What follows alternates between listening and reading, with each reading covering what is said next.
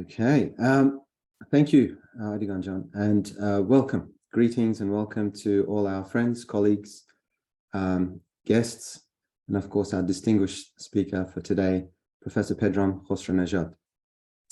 I am your host for the rest of the time that we're together today. My name is Dr. Milad Milani.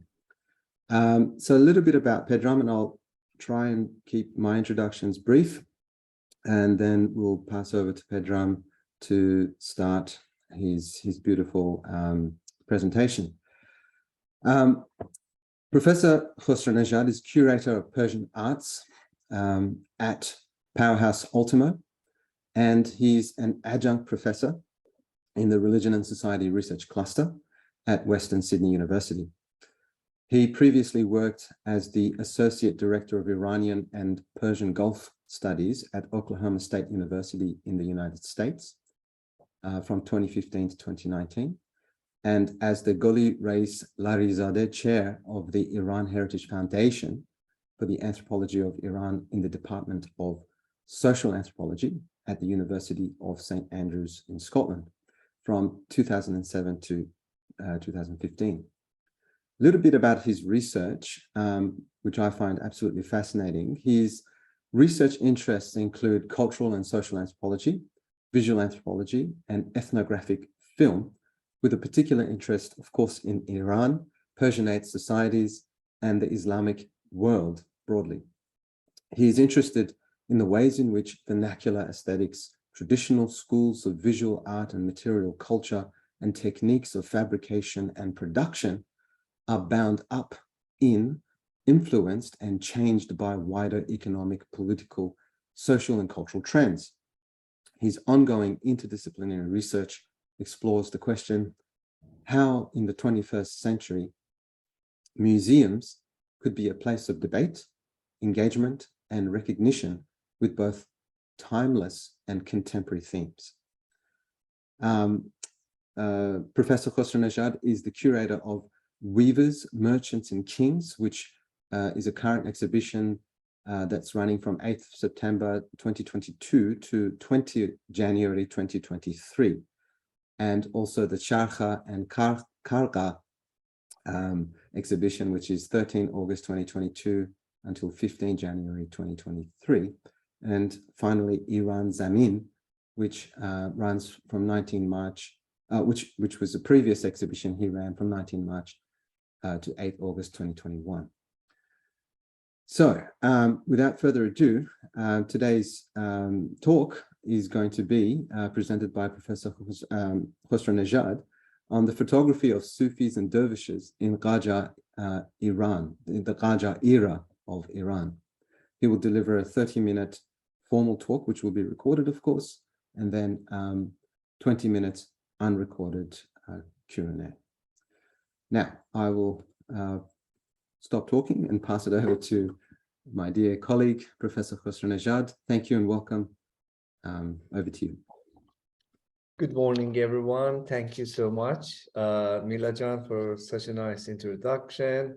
Thank you, Aidagan and Milad again for inviting me to such an interesting network. It's a great pleasure for me this morning to be among you. As I'm talking here as part of Powerhouse, first of all, I would like to acknowledge the traditional custodians of the ancestral homelands upon which our museums are situated. I respect their elders, past, present, and future, and recognize their continuous connection to the country. What I'm going to share with you today, dear colleagues and friends, is ongoing research that for last 10 years I try to follow. Is quite difficult because the history of photography in Iran is very new and is about maybe 20 years that we began to work on the history of photography in Iran. So knowing this fact, every other single topic that we want to develop inside the photography of Iran needs more research, but mostly more resources. Collections are dispersed. Iranian government is not very collaborative to share or open the collection to us. Therefore, researchers like me, we need to extend our research on individual collections out of Iran. So what you have in front of you is part of, research that I began in 2012 when I was in St. Andrews through different collections. And I hope by the end of this talk, I get more advice and comments and feedbacks from you. So I try to share my screen with you, dear colleagues. Let me know if it works.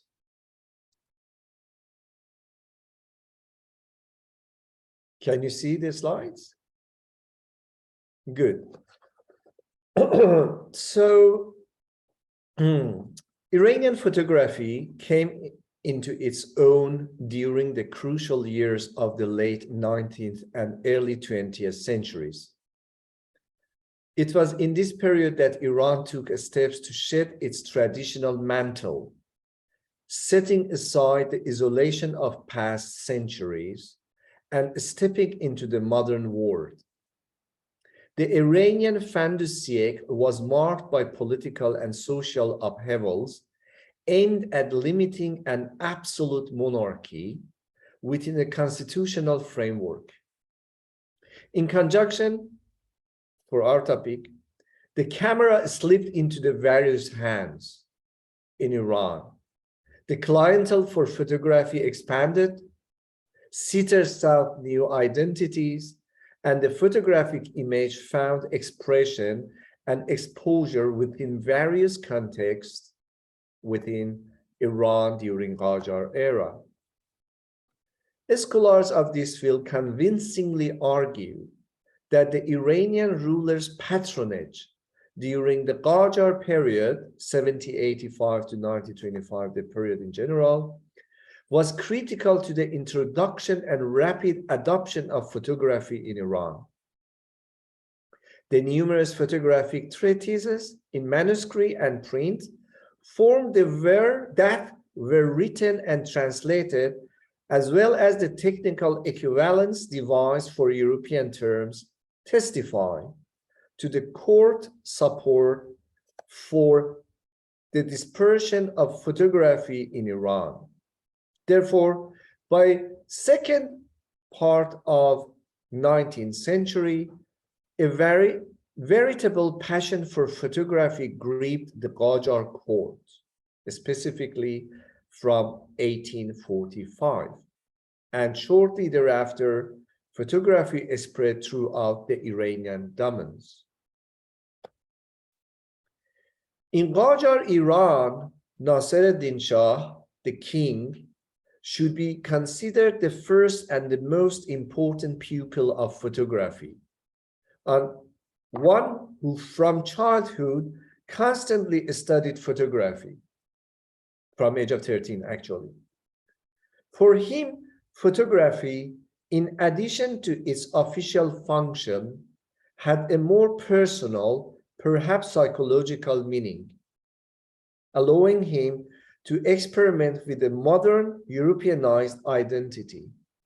For him, photography became a politically useful source of information and a symbol of his authority. Therefore, we should consider King Nasser as historically exceptional. Not only was he a powerful king, he was also the first Iranian photographer. He also ordered the establishment of the official position of court photographer at Kasbashi in 1862, which likewise signified photography's integration into the court system of rewards and offices and formalized its importance. Iranian photographers of the Qajar period recorded court life and all aspects of the Shah's domains and properties, the lives and portraits of rich families, and also in rare cases, the lives of normal people in the streets, which our topic today is mostly about that. The passion for photography soon spread beyond the imperial court and eventually became quite popular among the Iranian bourgeoisie, and commercial photography studios were open all around country. We should emphasize that although photography was introduced by the ruler, it was also granted on religious acceptance and integrated into local system of production. Therefore, it is important to remember that religious attitudes also favored its adoption. Photography during the Qajar period was not considered as an act of creation by the ulama, the clerics, unlike painting or sculpture.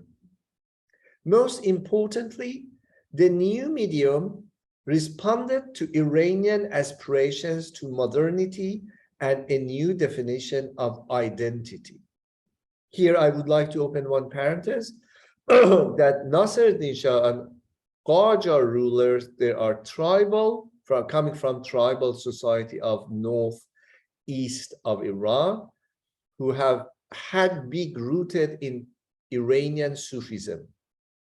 Nasser-Din Shah personally, he was very attached to the idea of Sufism, and he was big patron and admirer of Shiite rituals inside his court, a topic which is still unknown for many, but he developed a special genre and a school of sacred iconography of Imam Ali inside his court, who is, of course, the big leader of Iranian Sufism. So, the Anjuman-e-Ukhuwat, or Society of Brotherhood, which is one of the most popular group of Persian Sufism, was a Freemason-like mystical society rooted in Iranian Sufism. Founded in Qajar, the same area, in 1899, it was originally a continuation of the Safi Ali Shahi branch of Ne'matullahi, an Iranian Shia Sufi order. The founder and the first leader of the Safi Ali Shahi lineage was Mirza Hassan Esfahani, also known as Safi Ali Shah, who passed away in 1899.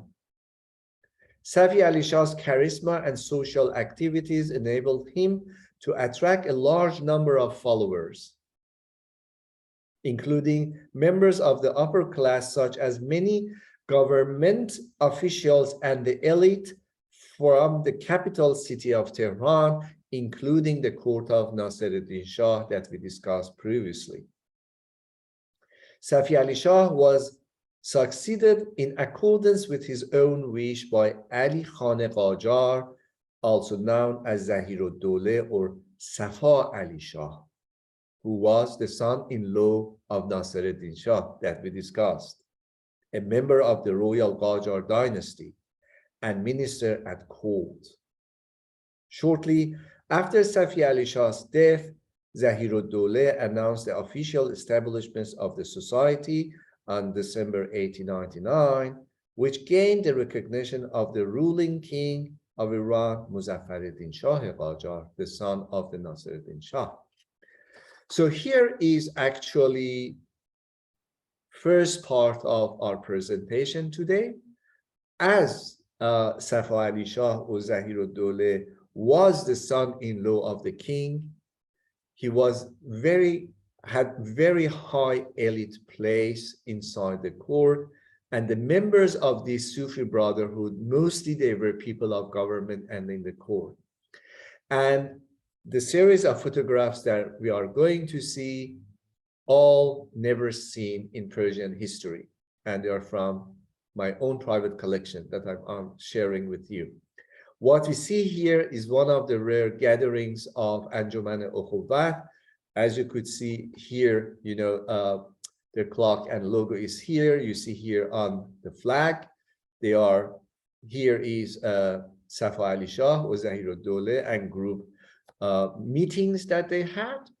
And photography for the group was to memorizing the meetings, the people, and it was not for the public. And the way that I collected also these photographs, they are family albums. They were not for the public gaze. So this is why until today, they were not seen by the others. In this series of photographs, when we have official and normal people, one by one, we see the leaders of Sufi inside the Anjuman Ukhuwat. And these type of photos are not for religious purposes or for tourist or Orientalism that we will see in following slides. This series, mostly I can say they were very private. It was really maybe for actually this come from Zahiruddoleh's own family. So not someone else out of, his own lineage, never seen before. Never seen photograph of Safi Ali Shah, the leader of, as I told you, their lineage. And you see left side, Safi Ali Shah and his family with probably 3 sons and babies. And right side is later photograph of Safi Ali Shah, beautifully done, probably in his own household. For those who are familiar with iconography of Shiism, especially Imam Ali, the leader of Sufi, the right side photograph is staged based on Imam Ali sittings in the photographs, hands, 2 hands like crossed together, sitting on the skin of the sheep, which is normally dark, black, and very humble look to the sky. Is really, it was not the aim of this presentation, but we can compare this image with the image of Imam Ali iconography during Qajar period. Again, here we have another leader of Safi Ali Shahi, Muhammad Ali Pirzadeh Naini, who is the big leader of Pirzadeh and Pirnia family from, again, Safi Ali Shah private photo album and collection. So here you see again photographs, they don't have any value of religious, but if we compare right side photograph here of Safi Ali Shah and right side photograph here of Ali Pirzadeh Naini, there is a mystical gaze. Even image is staged. The gaze and looking far to the sky gives the feeling that it is different from the left one, a studio photograph. In both slides, if you look here, left is staged, looking to the lens, looking to the camera. There's no religious value, but in the right side images, both slides, you can see there is a holiness in the gaze of the sitter in the photograph. Then we have, a series of photographs of Safi Ali Shah himself in his household. He was not really a person for being show off, share this. We don't see this series of photographs of him, even he was big leader and probably the founder of Anjuman Ukhuwat. We never seen this series of photographs of him in history. And I think it's interesting to share this morning with you, because probably the school of Sufism that he created remains the most important one for the urban city, especially capital. But something which is interesting here, left side, we see him in younger age, and an exceptional photograph right side, there are 3 ladies. In the middle is his wife, the daughter of Nasiruddin Shah, the king of Persia, and 2 others, there are 2 daughters of him.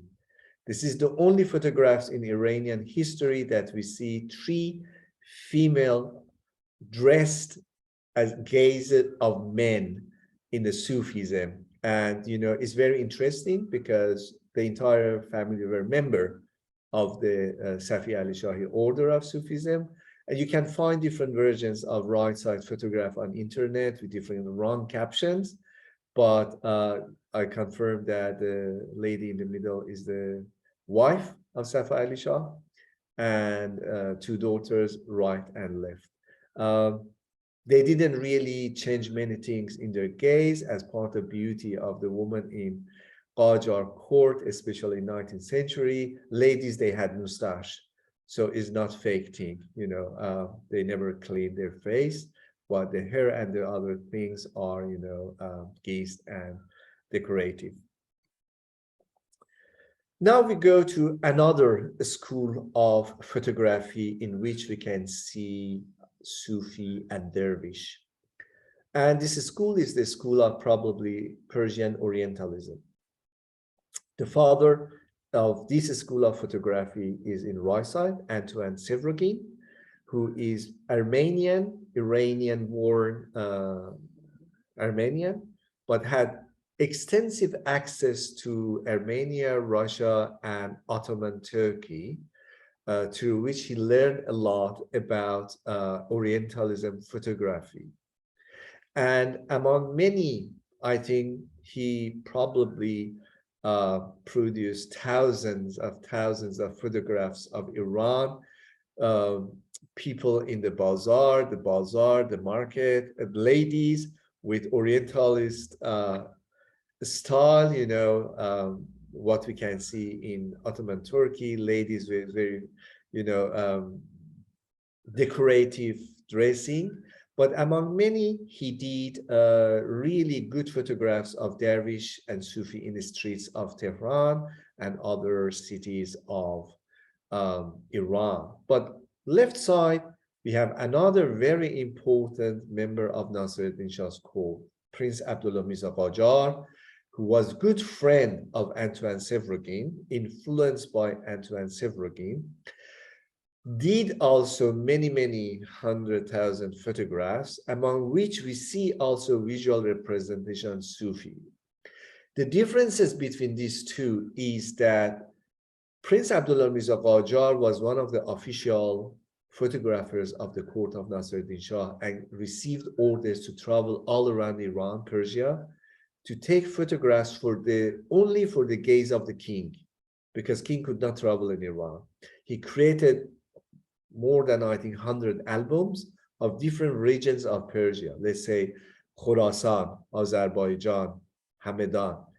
And we see in his albums really the local Sufi and Dervish and the way that, they dress or material culture that they used in that period. But Antoine Sevrogin photographs are made for the non-Iranian gaze, for being sold in Europe mostly. Let's look at them. This is one of the most famous photographs of Antoine Sevrogin, a Sufi in Tehran, and it's the unique image that we can see the ensemble of a Sufi during those periods with entire material culture. All of the rosaries, the headgear, the turban around the headgear, and whatsoever he has as a ring and what he has in a hand, the way of dressing. This is true, this is a stage, but this is one of the complete photographs that we have of one of the Sufi in the streets of Tehran in the late 19th century or early 20th century. Another genre of Sufism that is unknown for many, but as I work on, as my colleagues in Western Sydney, they know, I work on photography of African slavery in Qajar era Iran. So the only place that we see that escaped African slaves or released African slaves, especially in the city of Isfahan, could survive in the city, there became like these Sufis in the streets. And it's amazing photographs of Antoine Sevrogin that we see these, type of African Sufi in Iran who were previously slaves. I could not go beyond the images of this series of African Sufis because documents are rare and still I'm searching to find more about what was their name. Unfortunately, we don't have anything beyond the images, and this is why it's very important to see how they could dress, what they had as a material, and what's differences between how they were presented an image and white Sufis in the same city. A comparison between photographs of left side done by Antoine Sevrogin and right side is by Abdullah Mirza Qajar to show you that he used the official court visiting card photographs with his name and the logo of the court. You will see a sitting lion with a crown on the top, and he signed his name in the left side, Abdullah Mirza Qajar. But he really inspired in many of his photographs from Antoine Sevrogin. But what is interesting in both series of photographs, when we don't have a lot in literature regarding Iranian Sufism, the material culture, the way of living of these Sufis in late 19th century, early 20th century, we see in photographs. Even they are staged mostly in the photographs of Antoine Sevrogin. He didn't create the material culture.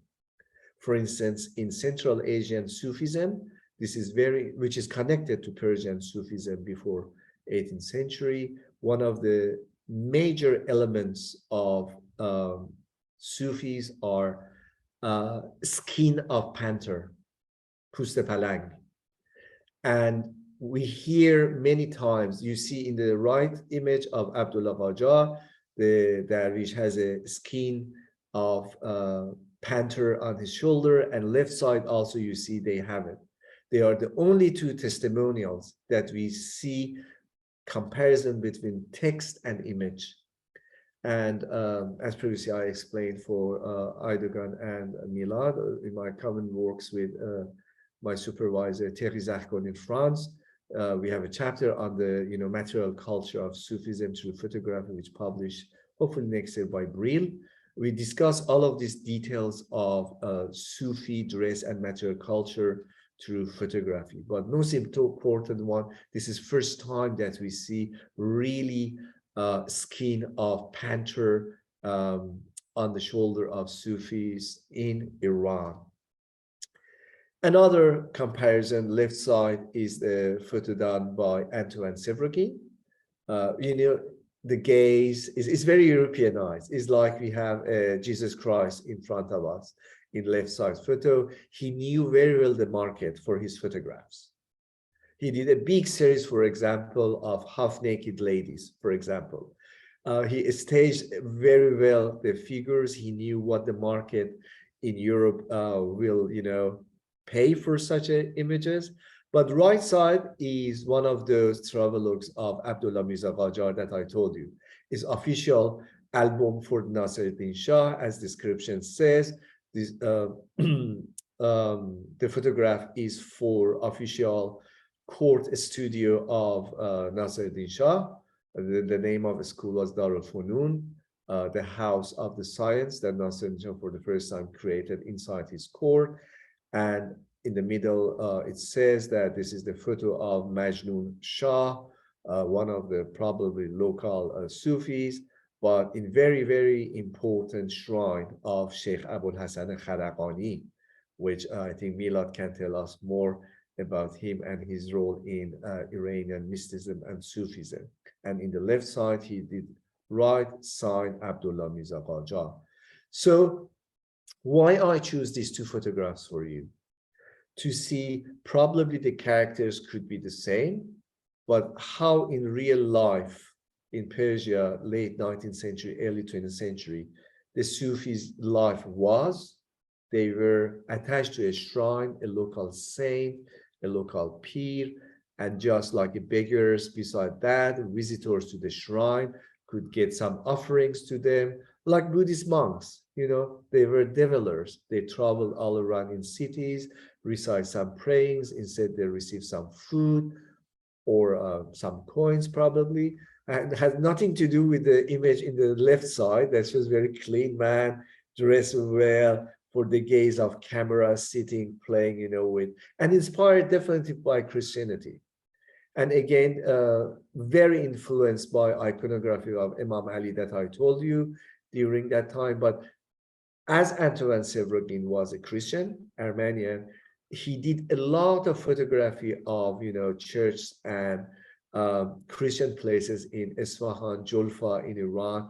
He really knew what he's selling. His material is for selling, not the gaze.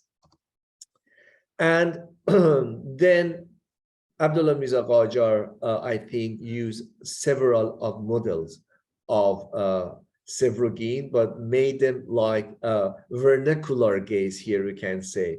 Here he finds some way not working for the king, not working as Antoine Sevrogin. This is my own photo, he says, I think. Normal models of Antoine Sevrogin, but in a stage by Abdullah Mirza Qajar. So it's interesting. Everyone wants to say always these Sufi are smoking hubble bubble or shisha, and they are sitting again on the sheep skin. If they don't have, that beautiful panther skin, everyone can have a sheep skin. And look at the headgears. Are very rare to see the headgears and turbans and the way that they tied with the ribbons there. But again, the touch of Orientalism is there. Look at the left side one here, has a flower in hand, is very, Europeanized things, in the nature, but it's very beautiful. One of the beautiful images of Abdullah Mirza Qajar, Sufis in nature. And then we have other random photographers that, as I told you, in every cities around Iran now we are probably in 1900, 1910, 1920s. Studios are everywhere. Don't forget that before 9th century, camera was very expensive, and the development of photos printing was also very expensive. Not everyone could afford it. But in early 20th century, there were cheaper models of photographs. Everyone, not everyone, but public could afford it. And also many second-hand cameras came to the market. So the left side image that you can see here is one dervish in Bushehr, the southern port of in Khuzestan, and is really local dervish, like Arab, because Ahvaz and Khuzestan, Bushehr, they are Arab-speaking Iranians. And the culture there is different from, let's say, Khorasan. And really, the material culture and accessories that they have is different from the way of dressing. For example, look at this one, which is still very touristic. Gaze is in Shiraz, is in 1920s, and look at the boots. Very chic, and probably he's not a Sufi. Maybe I feel still I'm searching.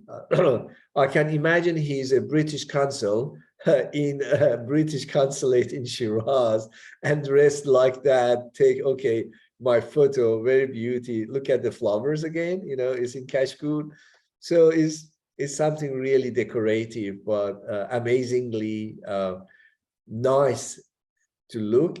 And look, he's wrapping his body probably something like a curtain. Is not at all the dress of a Sufi, a humble Sufi, that walk in the street and praying. So I think really I like to call him British consul in Shiraz with, British consul curtain, wrap himself with the boots. But it's nice to compare this genre of images and how Sufism was popular in first, I can say, half of 20th century. We have many genres of these photographs. Then we have carpets with the image of Sufis. We have a lot of visual representations of them.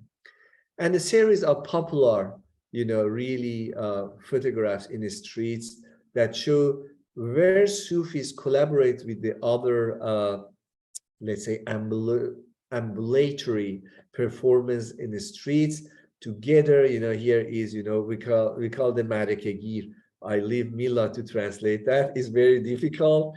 They are performers, humble performers that again walk village to village in the streets and perform like a snake playing in the streets. And normally they are Sufi. Maybe by heart they are not Sufi, but they dress like Sufi because they can perform 2-3 things together, get more money. And this genre of photographs in 1930s is very popular in Iran. We see in majority of all albums of non-Iranians who visited Iran between two wars. There were many militaries in Iran during those periods, and in their albums, this type of images were interesting for them. So when we do research on this topic, and it's very interesting when we collect the dispersed photographs, bring them again together, we can recognize little by little who is who, and which one of them were professional models for different photographers. This is a fascinating image done by the son of Nasiruddin Shah, Prince Zelul Sultan, who was the governor of Isfahan, and big fan of photography. He did hundreds of photographs of himself. He loved hunting. He destroyed probably 2-3 types of mammals of Iran just by hunting himself in Isfahan. I don't want to go to that topic.